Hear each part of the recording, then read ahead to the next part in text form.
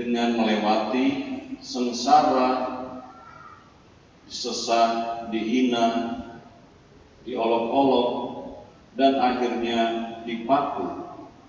Bahkan tidak sampai di situ saja, ketika ia sudah mati, ia masih ditusuk lambungnya.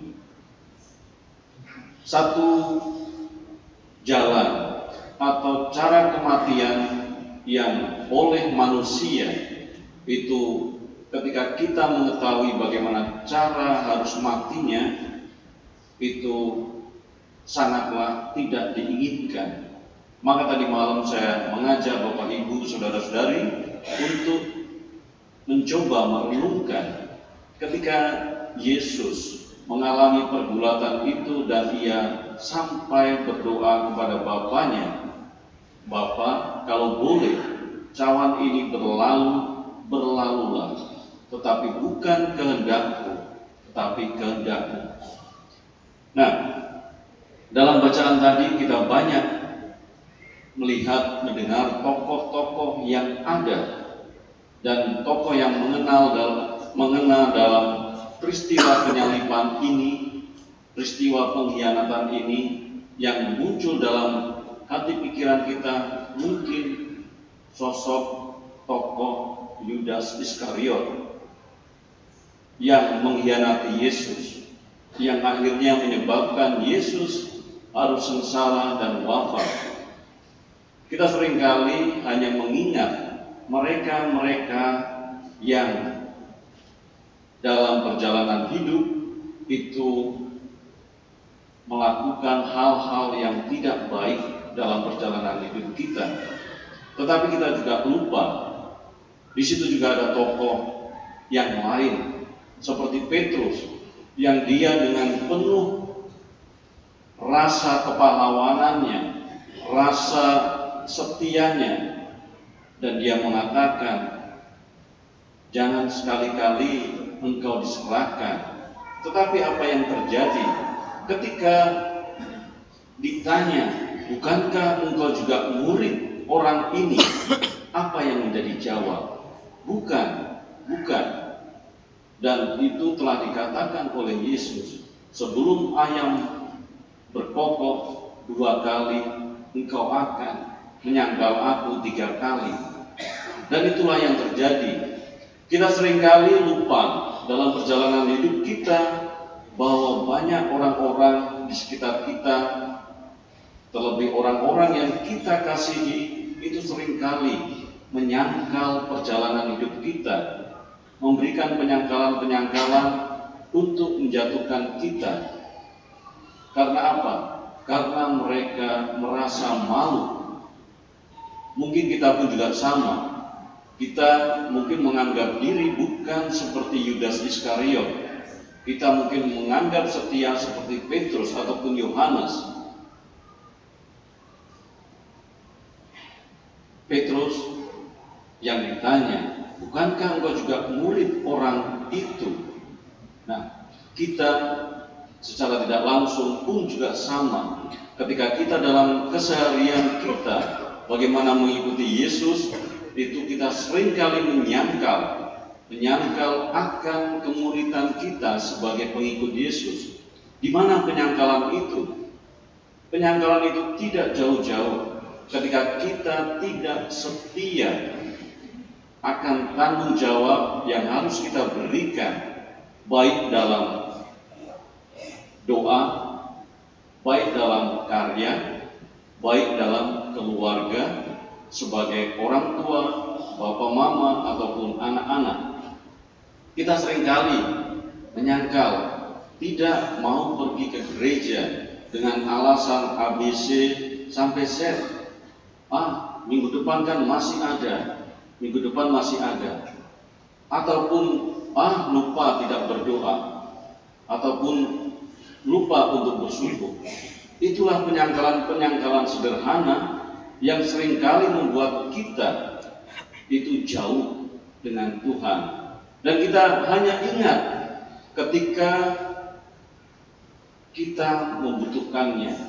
Kita ingat supaya kita pun dianggap sebagai muridnya.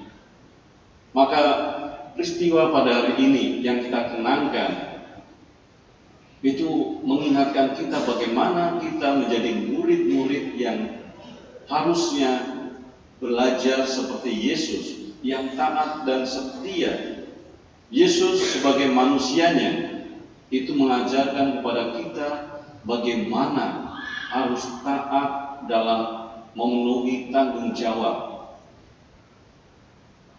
Banyak peristiwa kematian yang saya lalui ketika mendoakan mereka, itu banyak sekali anggota-anggota keluarga yang dalam perjalanan hidupnya ketika menyaksikan anggota keluarganya yang meninggal, itu penuh dengan drama, penuh dengan tangisan.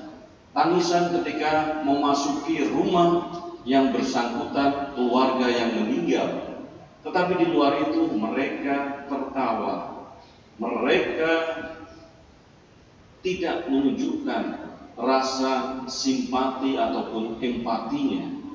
Mereka menangis ketika memasuki rumah keluarga yang bersangkutan supaya dilihat bahwa mereka juga ikut bersedih. Dan kita pada hari ini itu kita bisa melihat bagaimana gereja kita penuh. Itu semoga tidak ada kepalsuan, supaya kita pun dilihat bahwa kita ikut bersimpati, ikut berempati akan peristiwa di mana Yesus mengalami sengsara hingga wafat. Tetapi hendaknya rasa syukur, kesetiaan kita itu kita harus ukur dalam keseharian kita, bagaimana kita mensyukuri kemuridan kita, rahmat panggilan kita itu dalam doa dan mewujud nyatakan dalam karya keseharian kita. Yesus mencontohkan itu semua. Ia senantiasa mengikatkan diri kepada Bapa dalam doa, dalam karyanya sebelum ia berkarya. Bahkan sampai akhir hidupnya ia mengajak kita untuk berdoa. Maka satu kata yang penting senantiasa harus kita ingat,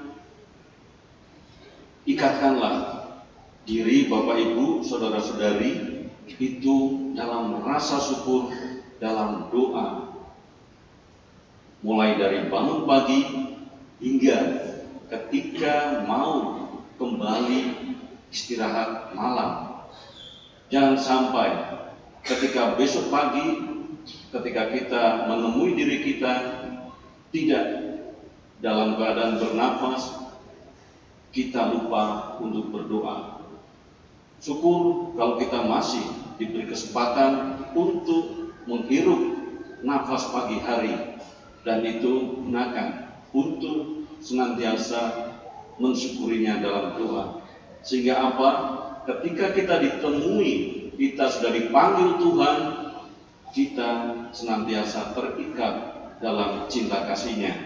Dan cinta kasih yang Tuhan nyatakan pada hari ini menunjukkan kepada kita bagaimana kita harus setia dan taat seperti Yesus sendiri yang menjadi contoh kepada kita bagaimana menjadi manusia yang betul-betul manusia.